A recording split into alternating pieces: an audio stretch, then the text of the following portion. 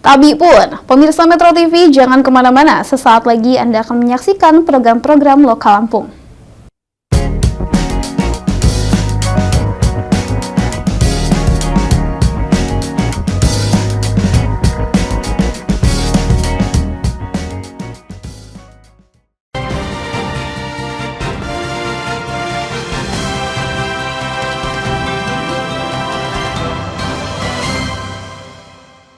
Selamat siang pemirsa Metro TV Lampung, senang sekali rasanya saya, Dela Eka Saputri, dapat menjumpai Anda kembali selama 30 menit ke depan dalam program Ruwai Jurai. Dan inilah Ruwai Jurai selengkapnya. Darurat LGBT, Wali Kota Eva Dwiana instruksikan Pamong awasi aktivitas warga dan sekolah. Petugas ringkus pelaku pencurian bersenjata api. Sebuah truk adu kambing karena gagal menyalip.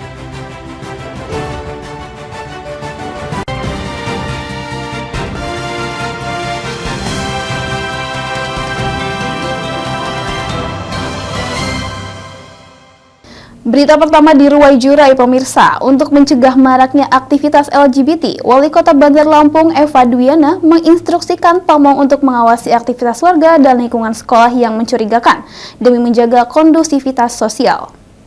Hal ini dipicu setelah polisi mengungkap perkumpulan di media sosial yang diduga menyebarkan konten pornografi dan dianggap meresahkan masyarakat. Wali Kota Bandar Lampung Eva Dwiana langsung menginstruksikan seluruh Pamong di tingkat kecamatan hingga kelurahan untuk lebih aktif mengawasi aktivitas warga termasuk di lingkungan sekolah. Eva juga merencana menyusun perda untuk memperketat pengawasan terhadap perilaku yang dianggap menyimpang. Dan kalau ada pertemuan-pertemuan yang tidak terduga itu harus cepat datang ke lapangan. Dan ini harapan kita mengurangi, menghilangkan LGBT yang luar biasa sekarang ini lagi santernya. Dan mudah berharap ke depan ini sudah tidak lagi di Bandar Lampung. Kepala SMP Negeri 1 Bandar Lampung, Yulia Budiarti, mengaku prihatin dengan isu LGBT yang mulai masuk ke dunia pendidikan. Sekolah pun berupaya mengedukasi siswa melalui kegiatan di masa MPLS. Sekolah sudah mempersiapkan dari mulai nanti MPLS bagaimana mengedukasi peserta didik kita yang pra-remaja ini untuk menjauhkan diri dari pergaulan semacam itu. Pemerintah kota bersama pihak kepolisian juga rutin melakukan pengecekan lapangan demi menekan penyebaran perilaku yang dianggap menyimpang. Dari Bandar Lampung, Andi Apriyadi, Metro TV Lampung. Polres Lampung Tengah bersama pemerintah daerah dan Forkompimda menggelar tanam jagung serentak kuartal 3 untuk mendukung program ketahanan pangan nasional. Penanaman jagung serentak seluas 9 hektar ini berlangsung di lahan perhutanan Kampung Dono Arum, Kecamatan Seputi Agung. Pada Rabu kemarin, Kapolres Lampung Tengah AKBP Alsyahendra memimpin langsung kegiatan bersama Wakil Bupati Lampung Tengah, Iko Mangkoheri, serta jajaran Forkopimda. Langkah ini merupakan bagian dari program nasional 1 juta hektar jagung yang ditanam serentak oleh masing-masing polsek di wilayah Lampung Tengah. Dalam sambutannya, Kapolres menegaskan kegiatan ini bertujuan mendukung ketahanan pangan nasional dan meningkatkan kesejahteraan para petani lokal. Ia berharap hasil panen nantinya dapat membantu peningkatan produksi pertanian sekaligus mendongkrak perekonomian masyarakat di Lampung Tengah. Sementara itu, Wakil Bupati Lampung Tengah, Iko Mangkoheri, menilai kegiatan ini sebagai bentuk nyata sinergi antara pemerintah daerah dan stakeholder. Komang juga optimis dengan wilayah Lampung Tengah yang terluas di Provinsi Lampung, program ketahanan pangan ini bisa dimaksimalkan sehingga Lampung Tengah dapat menjadi lumbung pangan nasional. Kita bersama-sama dengan juga pemerintah pusat dalam program penanaman 1 juta serentak 1 juta hektar di nasional. Dari Lampung Tengah, Tejo Waluyo, Metro TV Lampung.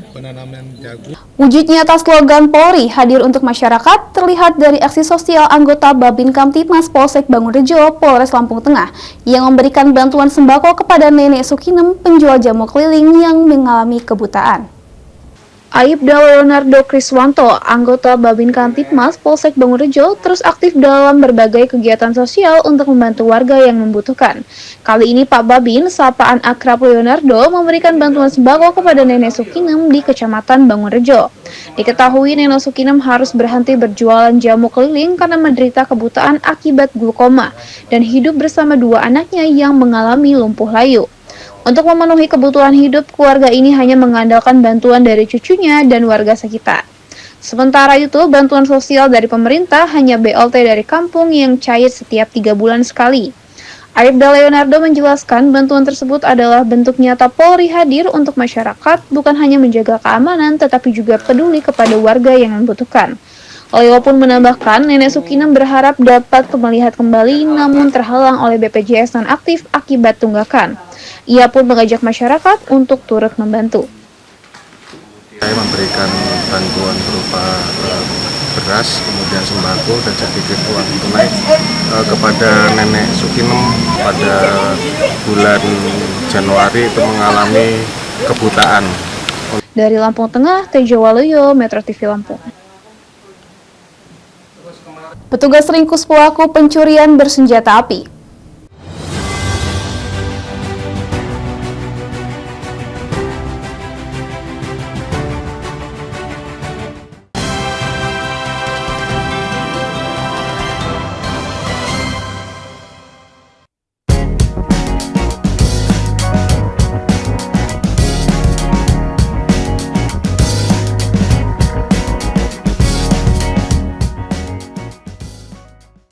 Lampung Pos berdiri dari tahun 1974, telah menjadi sumber informasi terpercaya bagi masyarakat Lampung selama lebih dari 4 dekade. Berawal dari surat kabar cetak, Lampung Pos terus beradaptasi dengan perkembangan zaman. Menyongsong era digital 5.0, Lampung Pos terus berbenah diri untuk tetap relevan. Dengan adanya platform digital, Lampung Pos menyajikan informasi yang akurat, objektif, dan berimbang, serta memperluas jangkauan pembaca. Lampung Pos dapat diakses melalui sosial media, laman Facebook, Instagram, dan TikTok. Lampung Pos memiliki One Click, koran cetak dan digital, Metro TV Lampung, Radio Saya 100 FM, Lampos Event Organizer, dan Lampos Publishing. Lampung Pos, jendela informasi Lampung. Menuju era digital 5.0, Lampung Pos berkomitmen untuk menyajikan informasi yang akurat, objektif, dan berimbang, serta membangun platform diskusi dan interaksi yang bermanfaat bagi masyarakat.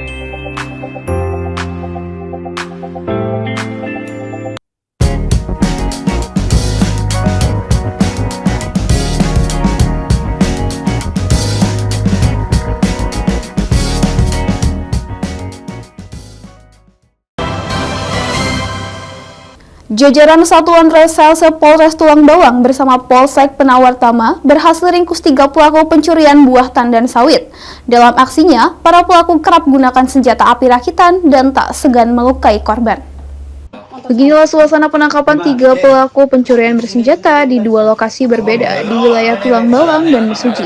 Ketiganya sering beraksi di perkebunan kelapa sawit milik perusahaan maupun warga di Kecamatan Penawartama.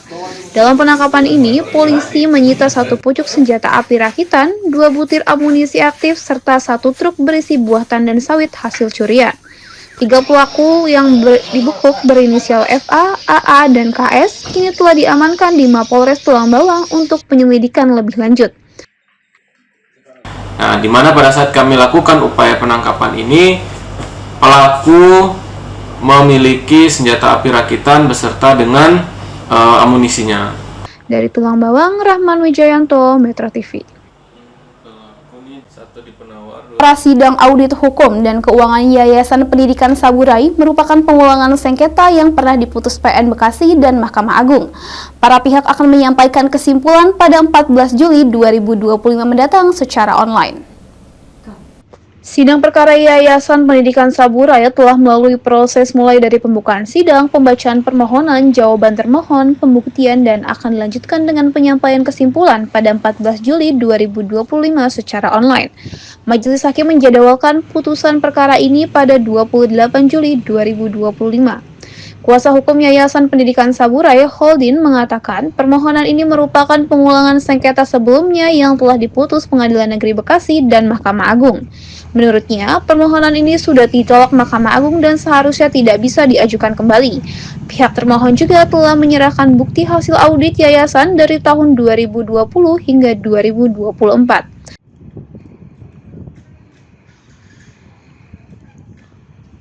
suatu perkara yang dikaitkan dengan penetapan ke-70 tidak bisa menjadi dasar karena sudah ada kekuatan hukum tetapnya, sudah inkrah di tingkat putusan kasasi Mahkamah Agung, yaitu putusan nomor 2760 Mahkamah Agung, bahwa perkara tersebut didasari penetapan ke-70 sudah ditolak untuk seluruhnya. Dari Bandar Lampung, Andi Apriyadi, Metro TV Lampung. Badan Pendapatan Daerah Provinsi Lampung akan melibatkan Kejaksaan Tinggi Lampung jika PT Sugar Group Company masih mangkir dalam pembayaran pajak ke daerah. Kepala Bapenda Provinsi Lampung Slamet Riyadi menyatakan pihaknya masih menunggu itikat baik dari PT Sugar Group Companies untuk melunasi kewajiban pajak. Pajak yang harus dibayarkan meliputi pajak kendaraan bermotor, pajak air permukaan, dan pajak alat berat. Menurut Slamet, SGC sudah melakukan input data untuk pembayaran pajak, namun hingga saat ini masih dalam tahap perhitungan dan belum ada realisasi pembayaran. Slamet menegaskan, sejak awal tahun ini PT SGC sudah tercatat sebagai wajib pajak atas penggunaan air permukaan dan alat berat, sementara untuk kendaraan tercatat otomatis. Jika tidak ada kejelasan pembayaran, pihaknya akan melibatkan Kejaksaan Tinggi Lampung untuk melakukan pemanggilan terhadap pihak perusahaan. Mulai tahun ini SGC sudah tercatat sebagai salah satu wajib pajak air permukaan dan alat berat untuk Provinsi Lampung. PKB memang sudah tercatat karena itu secara otomatis bisa kita lihat karena terutama kendaraan yang berplat DI.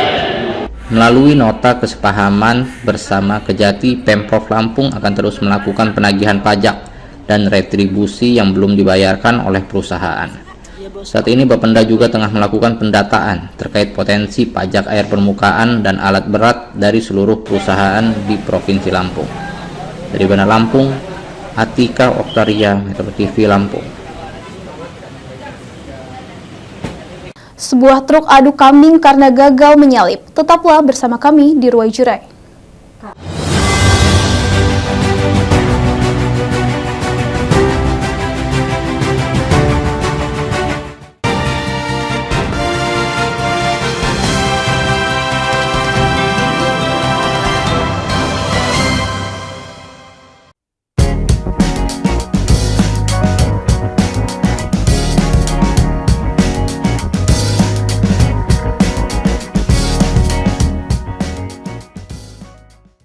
Lampung Pos berdiri dari tahun 1974, telah menjadi sumber informasi terpercaya bagi masyarakat Lampung selama lebih dari 4 dekade. Berawal dari surat kabar cetak, Lampung Pos terus beradaptasi dengan perkembangan zaman. Menyongsong era digital 5.0, Lampung Pos terus berbenah diri untuk tetap relevan. Dengan adanya platform digital, Lampung Pos menyajikan informasi yang akurat, objektif, dan berimbang, serta memperluas jangkauan pembaca. Lampung Pos dapat diakses melalui sosial media, laman Facebook, Instagram, dan TikTok. Lampung Pos memiliki One Click, koran cetak dan digital, Metro TV Lampung, Radio Saya 100 FM, Lampos Event Organizer, dan Lampos Publishing. Lampung Pos, jendela informasi Lampung. Menuju era digital 5.0, Lampung Pos berkomitmen untuk menyajikan informasi yang akurat, objektif, dan berimbang, serta membangun platform diskusi dan interaksi yang bermanfaat bagi masyarakat.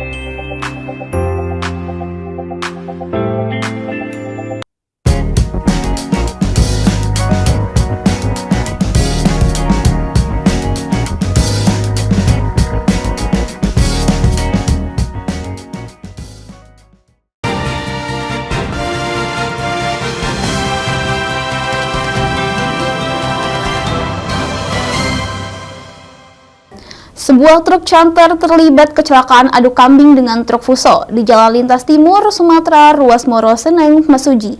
Diduga truk canter gagal menyalip hingga menabrak truk fuso dari arah berlawanan. Beginilah kondisi truk canter bernomor polisi BE 8149LK yang terbalik di badan Jalan Lintas Timur, Sumatera, Ruas Moro Seneng, Mesuji. Diduga pengemudi truk canter melaju kencang dan gagal menyalip hingga terjadi tabrakan. Akibatnya truk canter terbalik dan sopir serta kernet mengalami luka-luka.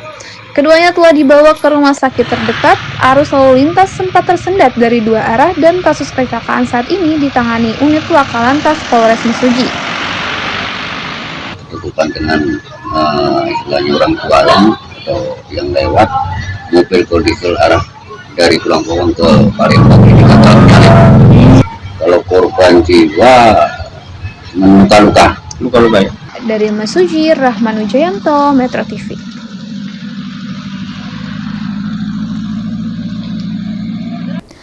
Melewati perlintasan sebidang di dekat Bandara Beranti, Kecamatan Natar, Lampung Selatan, satu unit truk terlibat kecelakaan dengan kereta api Babaranjang. Akibatnya, pengemudi mengalami luka cukup serius. Beginilah suasana di perlintasan kereta api Desa Beranti Jaya, Kecamatan Natar, Lampung Selatan, pasca truk tertabrak kereta barang milik PT KAI Drive 4 Tanjung Karang. Menurut keterangan saksi, kejadian terjadi sekitar pukul 10 pagi. Truk tersebut bergantian melintasi di perlintasan sebidang di Desa Beranti di kilometer 34. Namun saat kereta akan melintas, bagian belakang truk masih berada di atas rel. Kereta pun menabrak truk dan mengakibatkan kendaraan terpental mengenai bangunan di sekitar perlintasan. Pengemudi mengalami luka serius di bagian kepala dan patah tulang pada kaki kanan. Korban pun langsung dilarikan ke Rumah Sakit Medika Natar untuk mendapatkan perawatan. Awal mula kejadian ini diakibatkan adanya mobil yang mengalami mesin mati atau mogok sehingga mengakibatkan kemacetan di perlintasan tersebut. Saat terdengar akan ada yang melintas, petugas disub sudah berupaya mengurai kemacetan di antara perlintasan tersebut. Namun dikarenakan kereta api yang sudah terlalu dekat, temperan tidak bisa dihindari. Dari Bandar Lampung, Andi Apriyadi, Metro TV Lampung. Menjelang masuk tahun ajaran baru, penjahit di Bandar Lampung kebanjiran pesanan permak pakaian sekolah. Orang tua memilih memperbaiki seragam lama daripada membeli baru. Susilawati, penjahit di Campang Jaya, mengaku sehari bisa mengerjakan hingga 15 potong seragam. Pesanan umumnya memasang atribut sekolah, nama, dan mengecilkan ukuran baju. Senada dengan itu, penjahit lainnya Santi Anggraini juga meramai pelanggan. Pelanggan dinominasi orang tua yang ingin memanfaatkan pakaian layak pakai. Untuk jasa permak, para penjahit memasang tarif sekitar Rp15.000 per potong. Alhamdulillah ada aja, karena pembelajaran baru masuklah sehari 10 apa 15 baju. Pasang bed, nama, dan ngecilin. Untuk ukuran yang bisa dipakai 3 tahun, jadi mereka hanya mengecilkan saja. Ini beli tapi gedean nih. Gede, anaknya masih kecil, jadi mau dikecilin sama Ibu Susi nih. Mau pasang bed, nama sekalian. Pantauan di lapangan, kondisi ini terjadi hampir di semua penjahit di Bandar Lampung. Dari Bandar Lampung, Atika Oktaria, Metro TV Lampung.